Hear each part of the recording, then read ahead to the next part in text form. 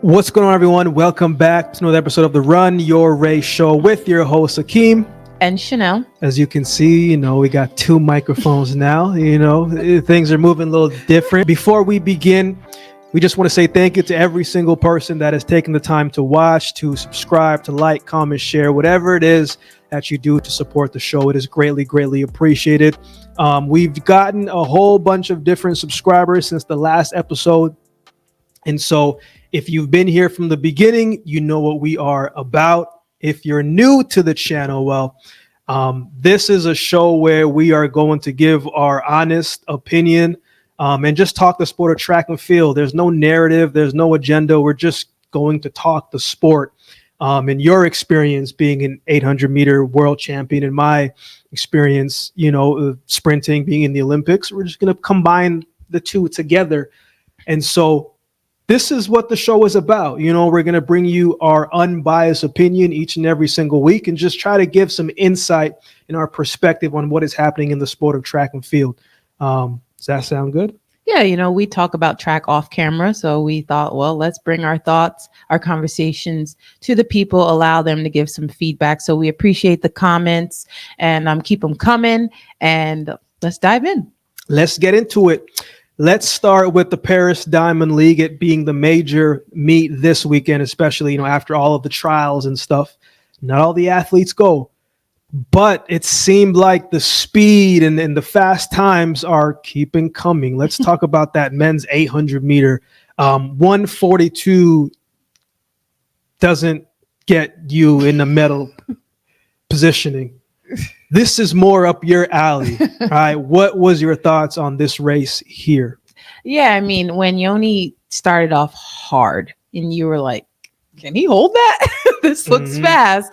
He was right around 49 seconds for the first 400 meter. And I'm like, yeah, this is going to be a fast race. He's going to pull the entire field to a fast time. And I said, oh, it's hard to lead from wire to wire. He may get caught. And he did get caught at the line. I think if there was a little bit more room, he tried to pass on the inside. So if there was if the runner, the other runners said Jati, he did what was right. He kind of didn't let him pass on the inside. But if there was room there, I do think Yoni would have pulled off the win. Nevertheless, Jati got it with a national record, world lead, and of course a personal best. Top three all went 141. That's why our title is 142 doesn't cut it, because it took a 141 to get those top three spots. So that is fast. I'll be interested to see how when Yoni runs in Paris, because like I said, it's hard to lead wire to wire and just to have everybody sitting on you. It's a scary feeling. That's how I ran the 8. So it'll be interesting to see if he changes up his tactics. But in these Diamond League races, when there is a rabbit, we do get to see fast times like this. So that's why I like the Diamond League series. I don't want to see tactics. I want to see fast times, personally. Well, in the Olympics, it's not about times. It's about medals. So it's about times. It's about times. It's always about times. Nope. So I even before this race, I was like, man, I like Sajati, man. I saw him race a couple times. I like the confidence, but you can't ignore Wenyani and what he's been able to do so far. But Sajati, his personal best before was like 143. So like this is crazy, and not to mention, we saw what Hoppel has done. We saw Marco Rapp runs 143 with somebody, without somebody, so I'm looking forward to seeing what is going to happen next with all of these men. Would it be crazy to think that the world record is in trouble in Paris? I wouldn't take it that far. I think it's going to be more tactical. Like I said, it's not about time. It's about medals. So I don't really see anybody pulling a David Rudisha. I think the world record is more in jeopardy at a meet like Monaco, where they're going to have a rabbit and it's a very fast track, always good conditions. But for it to happen in Paris, I don't think so. I'm going to believe. So let us know your thoughts on that. Let's keep things pushing. Let's keep things moving. Let's go to the women's 400 meter. As the title says, is Paulino the woman to beat? We saw Kesmeric. She's already ran 48 this year. Paulino hasn't ran 48 this year. Nasser is coming back. She is the third or the fourth fastest woman all time with the 48-14, and she's hitting her stride going into the Olympics at the right time. But man, it seems like whenever Paulino touches the track, she finds a way how to get it done and how to win. Is she the woman to beat in the 4 right now? I think so. I think this was dominating. Like, she pulled away like she usually does, away from a very, very good field. Like you said, Kaczmarek has already run 48. So for Paulino to win like this, I think this makes a statement. I think she's coming along at the right time. We'll see that 48 when we need to see that 48, which is in the Olympic final. So I think Paulino is the woman to beat. What do you think?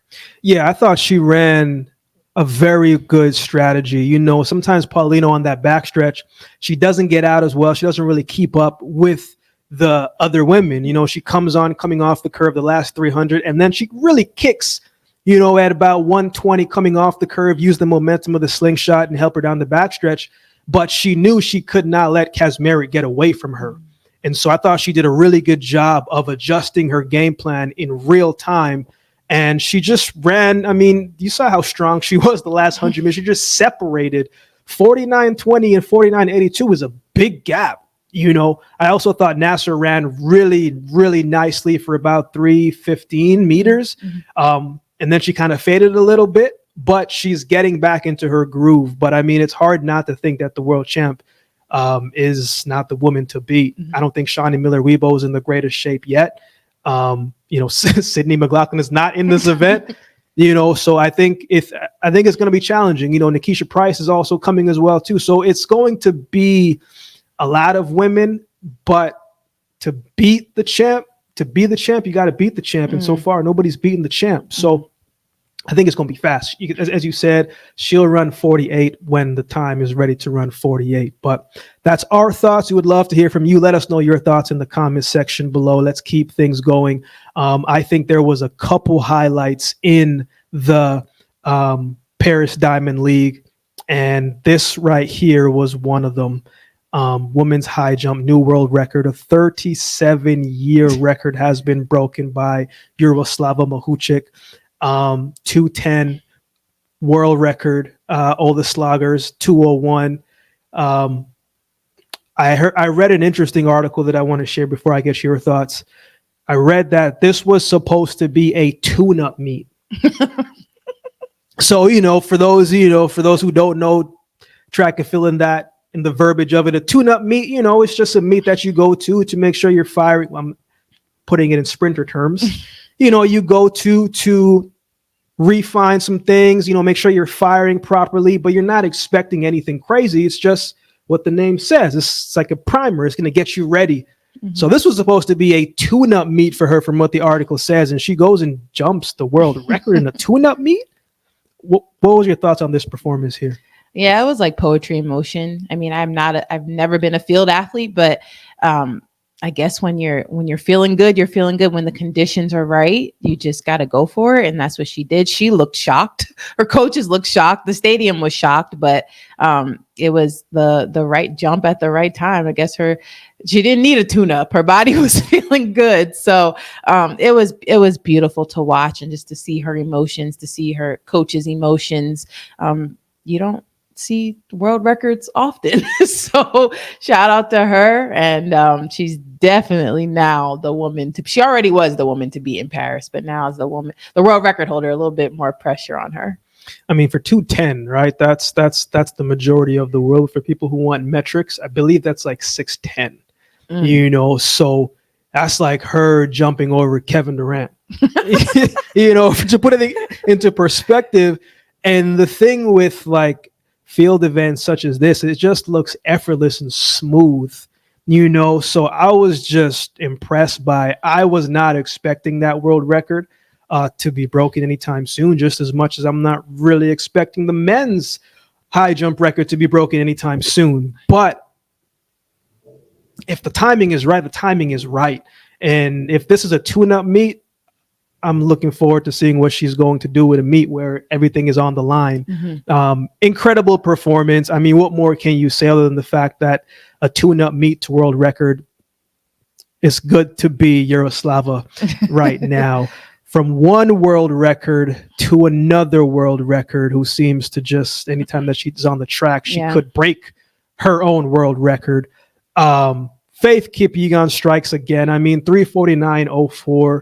Hull 3:50 Australia, and then Muir 3:55.79. I mean, these two women. Muir ran a national record. But she was like 2.5 seconds, 3 seconds behind the rest of the women. What was your thoughts on this performance here? I mean, every time Faith steps on the track, like you said, we could be seeing a world record, which is just an insane statement to say, but it's the truth. You are learning the 15 a little bit more. So when they were running, you're like, man, this looks fast. I'm like, yes, it's fast. They just came through 2:03. If she keeps this up, it could be another world record. And that's what we saw. It's almost like I'm not shocked, but we should still give her flowers because it's 3:49. I mean, it's just, it's insane, but I'm more impressed with Hull because she dropped 5 seconds from her personal best. Oh, wow. Wow. And, watching the race, she went with Faith. And in her post-race interview, she was like, yeah, Faith kept looking back because she was surprised that I was still with her for so long. And Hall said, I was surprised myself, and so just when it all comes together, you just got to be happy for these athletes. She did not think she was in 350 shape. She said she thought she was in like 352 shape. So kudos to her, kudos to Muir and Kipyegon. She's just, I don't know the word, phenomenal, amazing. I don't know. Option D. So, just she's the woman to beat in Paris. But Hull 350, the American women I know are now like, okay, because they all ran 3:55 at the trials. Granted, they had rounds in their legs, blah, blah, blah. But the American women, they got some competition. So it's going to be exciting to see. It was interesting, as you talked about, like when Faith looked back, like, yo, what are you doing here? Like twice. And she was just like, yo, seriously, like you're not backing down. And then she turned into another gear. You know what I'm saying? So it's just like what the human body can do once it reaches certain threshold is just amazing to see. For someone who dropped the 5-second personal best like Hull did, I mean, I'd have to assume your body wants to shut down after that. But you said something as we were watching this. You said, wow, I'm surprised this is not in Monaco. And I'm curious as to why you said that, because you have paced someone who broke the world record during your time when you were running. Why did you say Monaco, and why were you a little bit surprised that it happened here? Yeah, usually the world record attempts that I've seen have for the women's 15 and that I've been invited to pace, they've been in Monaco just because it's perfect conditions. The track is known to be very fast. But we're now seeing in recent years, you don't have to go to Monaco to break a world record. I don't think Faith's past this one and the one before, correct me if I'm wrong, if you know, but I don't think they have been in Monaco, her world record. So it was just shocking to me because that's where I have been invited to help pace 1,500 meter world records. Those checks were nice, huh? Yeah, those checks especially those world record checks. So that has been kind of some of the stuff and the highlights from the Monaco Diamond League, but there was another meet over in Hengelo that we're going to touch on real quickly. Zango, he's back, the world indoor champion this year and the world champion last year. He's starting to find himself back into the groove. 17:57 meet record, season best. Tricky, he came in second, 17:07. I'm in Heb, 17:03. Zango is an 18-meter jumper at his best, 18:08. It seems like it is going to take over 18 meters this year with Diaz and Pichardo, who already went over 18 to get a medal. Well, to win. You never know. But what was your thoughts on this performance right here? Yeah, we were talking off camera. I was like, okay, Zango, he is champ from last year, champ from this year indoor, and it just seems like he's coming around at the right time. It's a timing thing, Yes. right? And so Yes. I'm sure he's seen those 18-meter jumps from his competitors, but seems like he's going to be ready in a few weeks in Paris and in contention for a medal. So it's good to see him back. I mean, he brought home his country's first Olympic medal, and they treated him nicely. You know what I'm saying? And Hengelo is a game time jumper, man. He knows when to show up at the right time. And it seems like him and his coach and his team are gearing up and they're approaching the distances at the right time. You don't want to jump your furthest in the meet where it's important, but it's not that important. So I'm looking forward to seeing what he can do. Again, you know, he's confident and he is amongst one of the best. I'm sure he's going to be looking to prove that all over again at the big stage. We keep things pushing to the shot put. Look, this is a show where we do not neglect the field events. We talk some fields here. In women's shot put, 20 meters or better is top three. Shielder, 20:33 national record, personal best. Jackson, 20:07. Lalalo, 20 meters. Shielder's 20.33 meters puts her in number 2 in the world right now.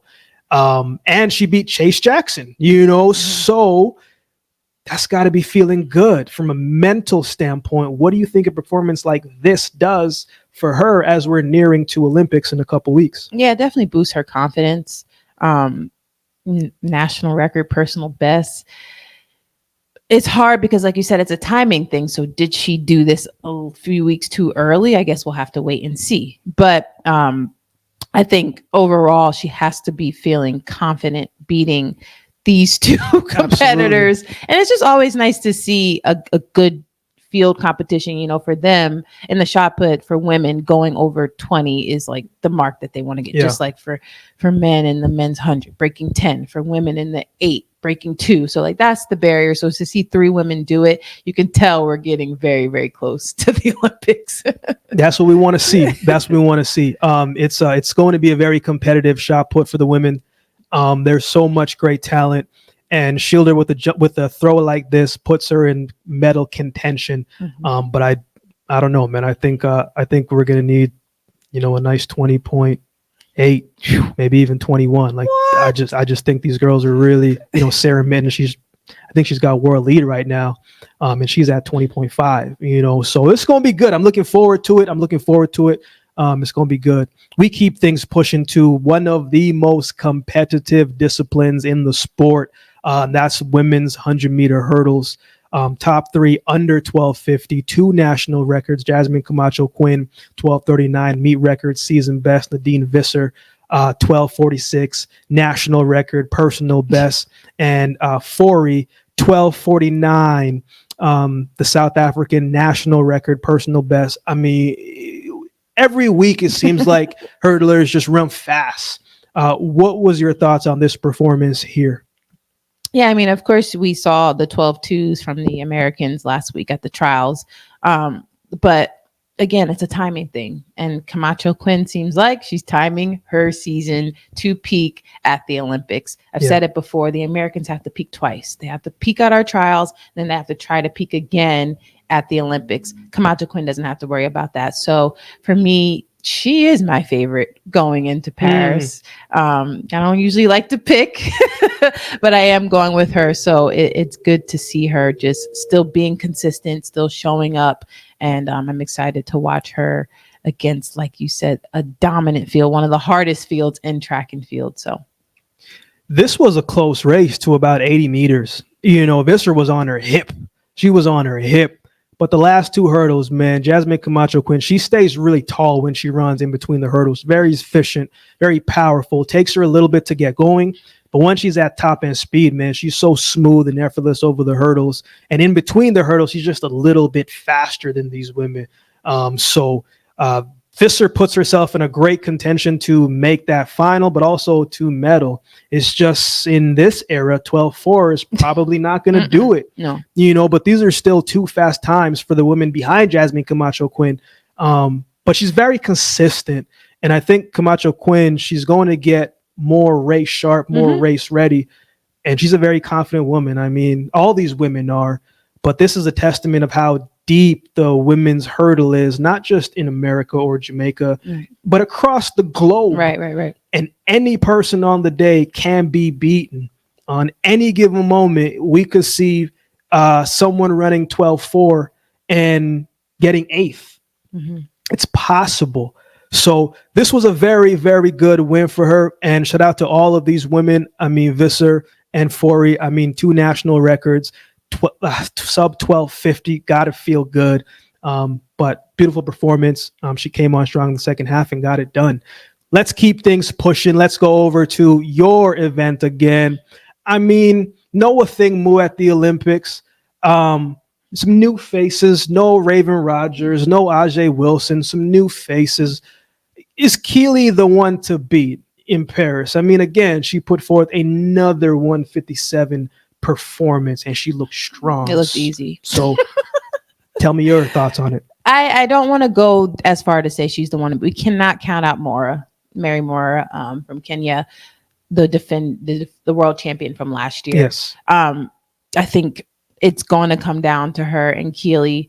Can't forget about Nia Akins from the U.S. Yes. But I don't want to say she's the favorite yet. I think Mary Moura shows up. She proved that last year.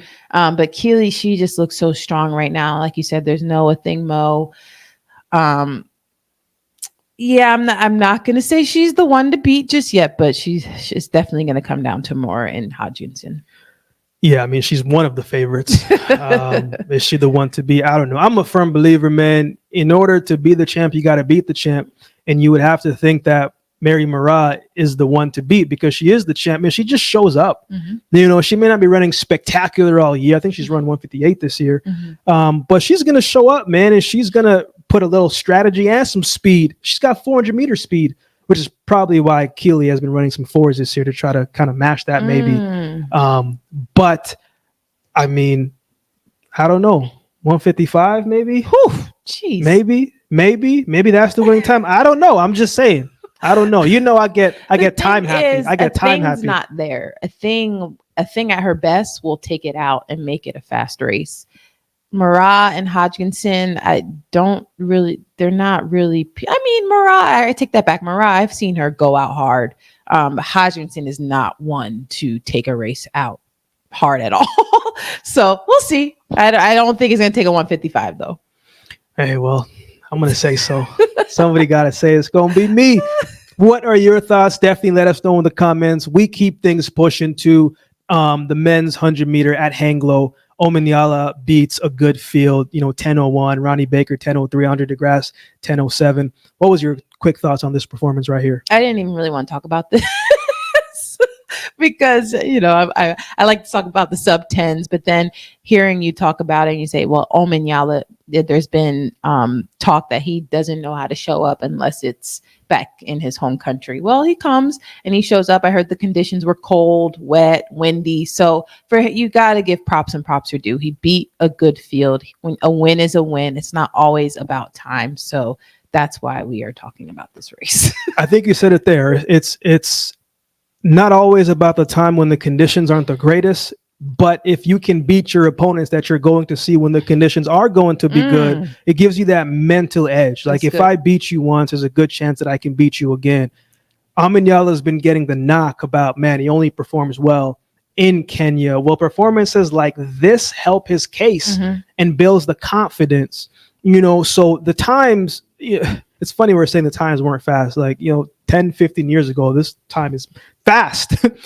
But if he can continue to run like this underneath the pressure of some of these competitors, man, it is going to work well in his favor. Andre DeGrasse is the Olympic champ at 200, and he finds a way to always come away with a medal to this point that we've seen. So the time wasn't crazy fast, not a 9.7 like we've seen Omanyala done twice this year, but a 10:01.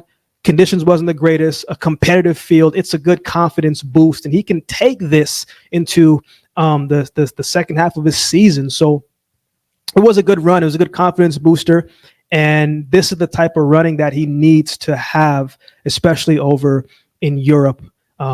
Good run. Let's keep things pushing. A Diamond League coming again this week, one of the ones that you help pace that world record and have ran. I've ran there. Very nice track, very nice atmosphere. We're just going to talk real quickly about some of the matchups that we are going to see. And we're going to start in the men's 1500. I'm a Ingebrigtsen guy, but he's up against Nagus and Chariot. Chariot's ran faster than Ingebrigtsen this year. What are your thoughts on this performance right here? My initial thought is, oh man, no Josh Kerr. Oh yeah, gotta save that. Yeah, it'll be quick.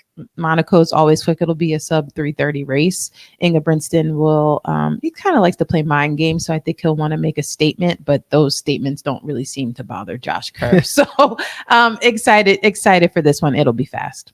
Yeah, I mean, this is probably one of those races where Ingebrigtsen is going to look to throw people off and take it out hard, and then people are going to be like, yo, what's this guy doing? Can he keep that? Well, he's proven that he can in meets like this, so yeah, he's proven that he can do it in meets like this. And you've said it many times, like front running is hard, and Josh Kerr kind of got him when he was front running like that. So I'm expecting Ingebrigtsen to take it out hard, and then we'll see if the rest of the guys can catch him, pass him, or can keep up. But it's going to be fast. I like the sub 3:30 that you said. Look at me knowing 500 meter times, man. 1500. 15. Okay, I got work to do, everybody. I got work to do. Let's keep things pushing to the men's 8. This could be the event that steals the night. It's the one I'm most looking forward to. We're talking Wenyoni, Tual, Sajati, and Marco Arop. So 3 of the ones who ran 141, and Marco Arop probably might have to run 142, 141. How do you think this one is going to go? And after running 141 and then coming back a couple days later, I mean, what can we expect? I mean, is their body shot? They'll be fine. Body's not shot? No, they'll be all right. My body would be shot. They'll be fine. It's going to be a world lead. I don't know who. I want to say Wenyoni's probably going to take it out hard again, but Marco Arop, he likes to do that as well. So is it going to be a battle for that position behind the rabbit? We'll see. Sometimes it's better to not be the person behind the rabbit, because when the rabbit drops off, you become the rabbit. So it's gonna be interesting to see. I see Sajati sitting back and using his kick again, but they're fine. Their legs are fine. It'll be fast. I'm gonna take your word for it.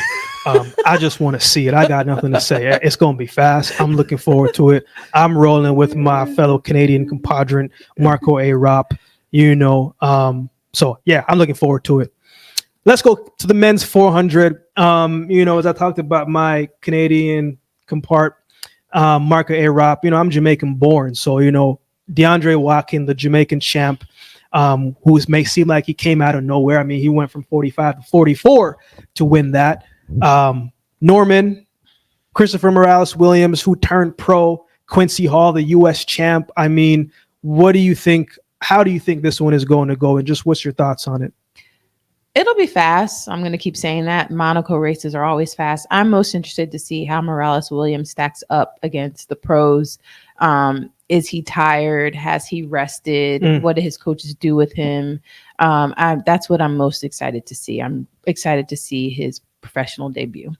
I think this is going to be a race where we see the first sub 44 of the year. It has that type of potential. Quincy Hall always talks about, man, I got that dog in me. Well, man, you're going to have to bring that out with these cats.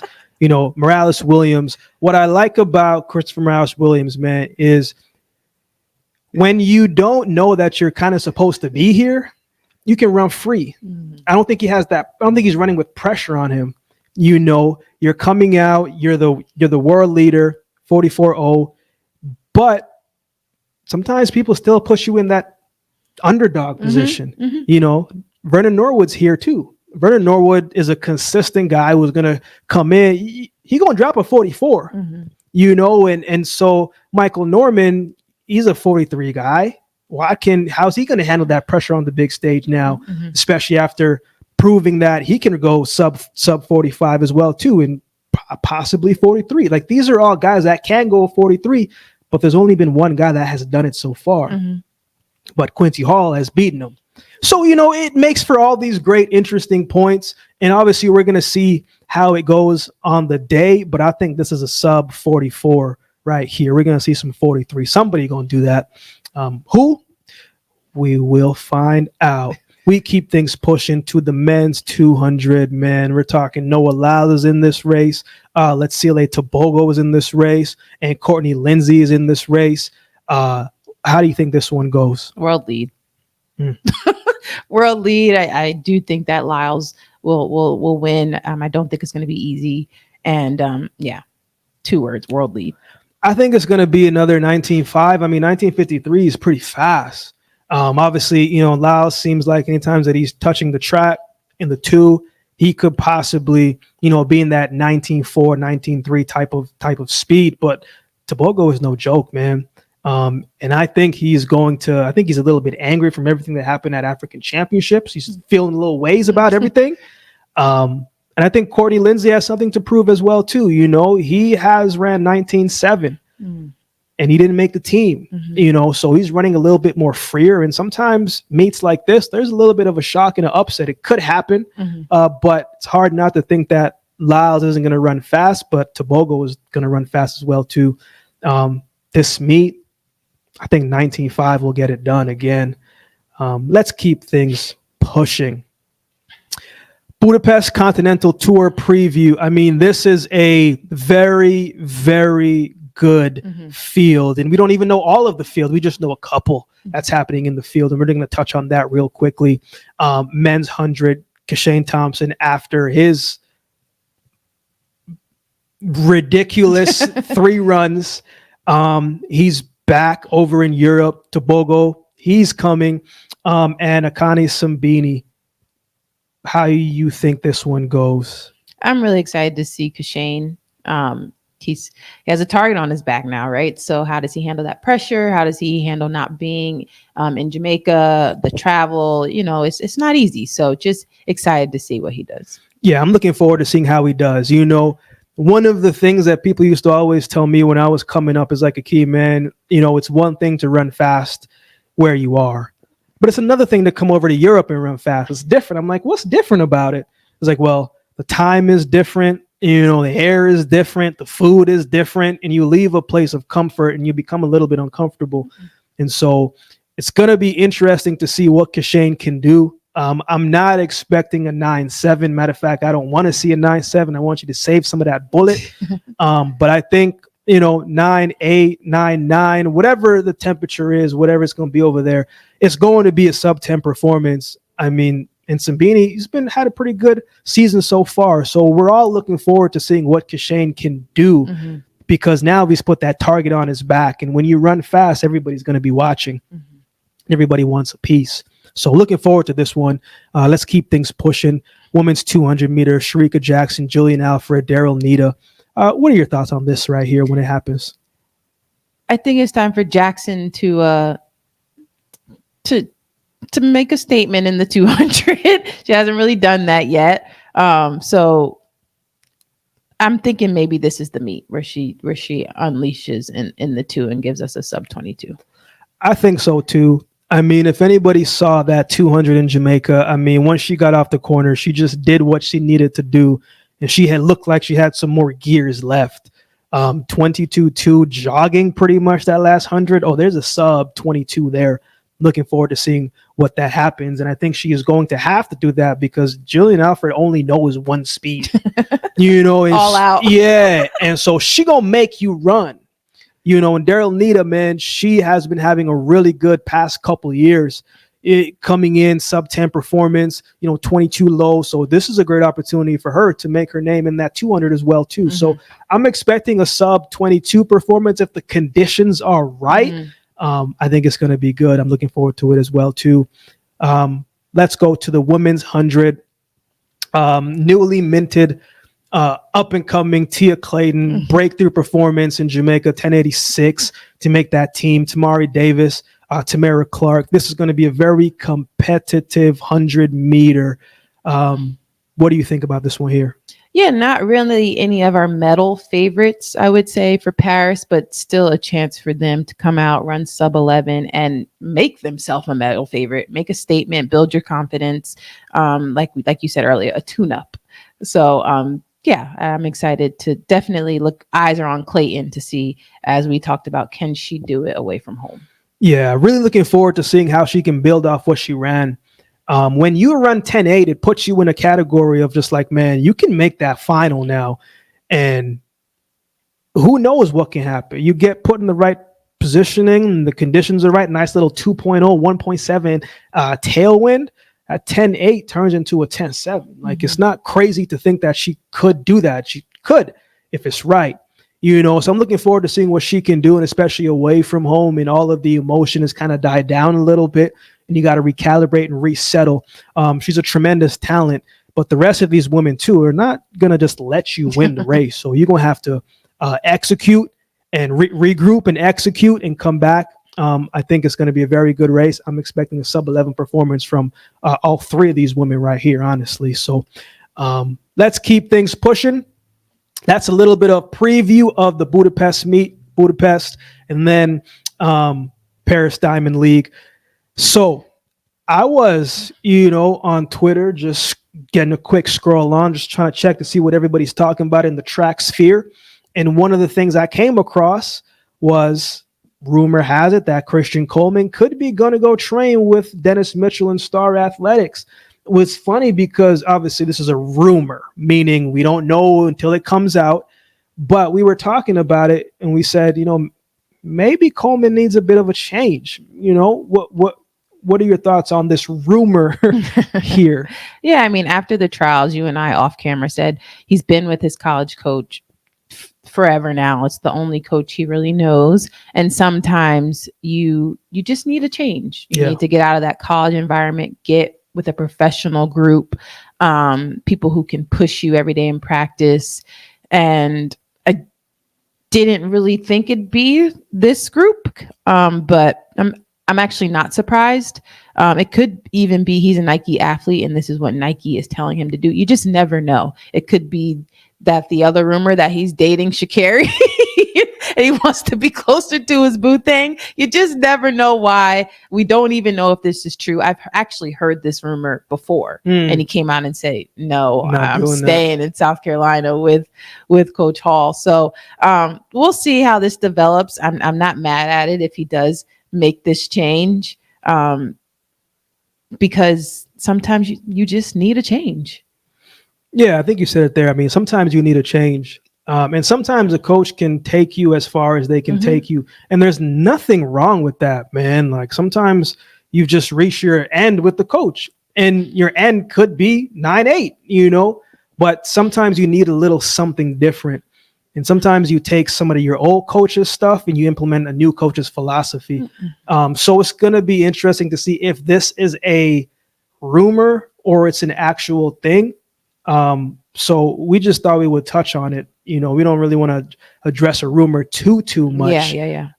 But if I'm him too, like, I'm not trying to be around my lady like that, man. I'm trying to be on a track. I'm not trying to think about that. Yeah, but we trained in the same group. But we trained in different times, and you were across the track, and I was locked in and focused. I didn't need to see you.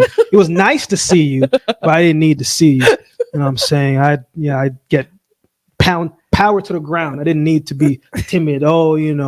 So that's the rumor. Let us know your thoughts. Do you agree? Do you disagree? You think it happens, or you don't think it happens? Let us know in the comment section below. This next topic is something that we have been hearing for the past couple weeks, and there's been a lot of different opinions and thoughts about it. Quincy Hall was selected for the 4x4. He makes the Olympic team, 16 years old. Great. Christian Miller, 18 years old, 5th or 6th in the 100, if I remember correctly. And he was left off of the U.S. 4x1 Olympic team. What were your thoughts here?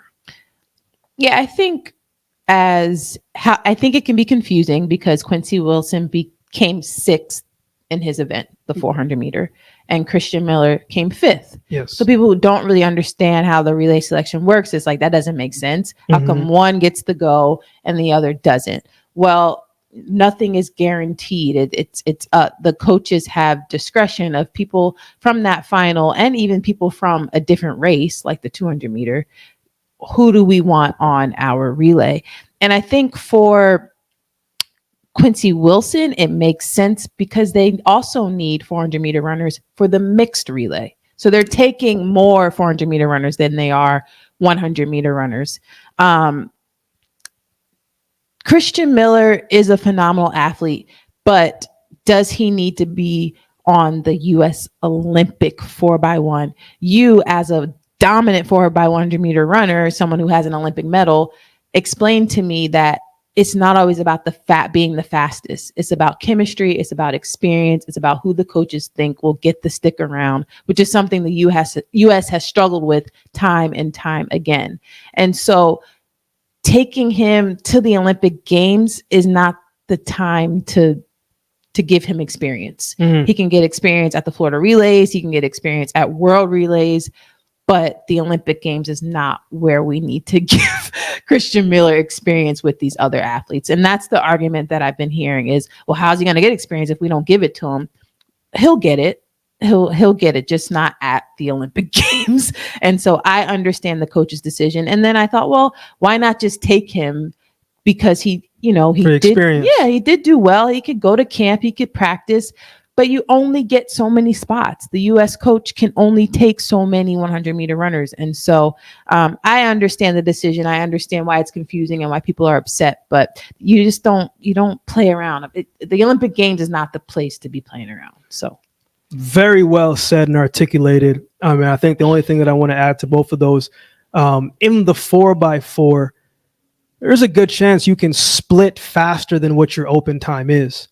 So if Quincy Wilson is a 44.6, 44, you're going to go a little bit faster. Mm-hmm. You're not really going to miss a whole much. The gap to clean things up is a little bit easier because, if you got Michael Norman going up next, even if you don't get the lead as closely, he's going to make it up. Mm-hmm. But in the 4x1, like when the worst thing you want in the 4x1 is for the stick to slow down. Mm-hmm. You're not going to be able to really pick that up unless you have a guy like Usain Bolt who can do things like that. But as someone who has got a medal in this event, speed, absolutely. You want to be fast, but that doesn't always mean that is the best chemistry to be able to transition the stick to the next person. Mm-hmm. We've seen America constantly have some of the fastest guys on their team. And it hasn't been till recently that they've actually had success. Mm-hmm. They've been dropping the stick or, stepping out of the zone, something like it's so much more technical. I think Christian Miller should go for the experience. Even if you don't run him, at least you get to have those relay practices where he can learn and he can see because he's got foot speed like the rest of these foot speed, but at the same time, I'm not mad that they're not going because it's like, who are you going to leave off? Mm-hmm. Even Fred Curley, who is 9'7", 9'8", hasn't always ran on the relay team, so I think it's just tough because every little second counts. Yeah. And when you've had the reason why Canada is so successful and Japan was so successful is because, they run the same guys and they're actively working on the stick, and they're passing and it becomes effortless. Mm-hmm. And so it's just tough, because you see an 18-year-old kid and he's earned the right to be there. But at the same time, I mean, if he's the one to slow the stick down or drop the stick or cause them to not advance to the final, well, now you're going to be putting this kid on a cross and trying to crucify him. He'll never be on the relay again. And that's the thing, so yeah, America's pretty cutthroat. So while I understand everybody's outrage about it, I understand the other part of it because I've been there as well too. Yeah. And there's less room for error in the 4x1. You could put a high school kid on the 4x4. I don't really see them doing that for the 4x1. So yeah. So that's our thoughts. We would love to hear from you. Do you agree? Do you disagree? You think he should go? You think it's wrong? Let us know in the comment section below. let's keep things going to our last topic of the show. By now, if you're involved in track and field, you're a track head looking for a track and field show, you've probably seen the movie Sprint on Netflix. I believe yesterday, when we were scrolling by, it's like the top 4 US Netflix show. So we've seen it. What were your thoughts on the documentary here, Sprint? Yeah, I've heard the criticism. I've heard, it would have been nice to have athletes from other countries rather than so US and Jamaica focused. I do agree with that. I've heard it would have been nice to see a little bit more of the day-to-day grind. What does it really take to be one of the top sprinters in the world? I agree with that. But overall, I'm just happy that the sport is out there. People are obviously watching it because it's number 4 ranked in the US for Netflix shows. And so our sport is gaining popularity. And I think that was the overarching goal. It there's things that it missed. There's ways it could have been better. But in terms of getting the sport out there and increasing our popularity for the casual viewer, I'm just happy to see this, And so I think the one thing I want to touch on is just the difference I saw in personalities in the Jamaicans that they highlighted and the US sprinters that they highlighted. You're Jamaican born, and I always say how calm you are. You have a very just calm presence, don't really want the spotlight. You're confident, but, not cocky, just you're not really focused on anybody else. And that's exactly what I saw in the Jamaican sprinters. It just seems like it's part of y'all's culture to just be focused on yourself. You don't play mind games. You just do what you got to do. You work hard. And then on the contrast, the American sprinters that they highlighted, it was all about mind games. It was all about being in the spotlight. It was just interesting to see the contrast. But yeah, overall, I really enjoyed it. Yeah, you talk about that contrast. I mean, there was a specific scene I remember where Dennis Mitchell was talking about when these coaches see me, they're going to see my athletes and they're going to know it's wartime. I'm like, bro, you've ran already. It's not about you. And I've met Dennis Mitchell a couple of times and he's always hailed me up. He's always bigged me up. I got no issues with him by no means. But there is that contrast. But in America, it is more of that show me. Not everybody is like that. Right. Because Fred Curley and Gabby Thomas, they were not like that. Yeah, Fred is just like, I'm going to go do my thing on a track, and then I'm going to go back to the ranch. But I'm going to lace you up while I'm on the track. So it's just different. I think in this, when I think about this show, the documentary, people always talk about how do we get new viewership in the sport. You got to go and reach the casuals. And so the casuals, they see these athletes right here. They see the Noah, they see the Shelly Ann Fraser-Price, they know Elaine, they know Sharika, they know all of these guys and girls. And so that's what they want to see. I think this documentary is for the casuals, for the people who were involved in the sport. Like, I was curious because I wanted to know, but I'm kind of that person. I've always been inquisitive. I want to know, okay, man, so what time were this person waking up? What were you eating before practice? And when you got to practice, what was the warm-up like? What was the conversation with you and your coach talking about? Like, what was going through your head after that 6th or 4th rep? That's the stuff that I wanted to see. But this documentary wasn't about the actual track and field heads like us. Yeah. It was more to bring in the viewership of the casual. Man, let me just scroll down through Netflix. Oh, wait a minute. Is that Shaqiri? I saw what she said about it. Let me click on this and see. And so it makes it a lot more performative based. And so I thought for what it was trying to do, I thought it did that because it did do that. It's number 4. So whatever that they were trying to do, they did that. And I think sometimes as track and field people are very, niche oriented, sometimes you just got to let the judgment down and just watch it. We could critique every single thing about it because there were some things where like, well, that's kind of strange. But when you are just turning things on to get to know the sport, to get to see things differently, like thought it was very interesting that going into those World Championships, Marcel Jacobs said, "This is my 10th session in 3 months." You're like, what? So it gives you little tidbits about what is going on in their lives, but it doesn't dig too deeply about what is really going on in their lives. But that's what we want to see as someone who has been in it. We want to know the behind the scenes, like the real behind the scenes. I think it would have been cool to have a day in the life of all of these athletes separately.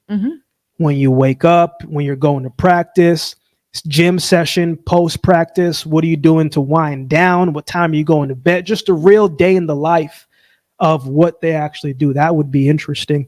But I thought it did a good job. So if you had to give it a rating, what would you rate it?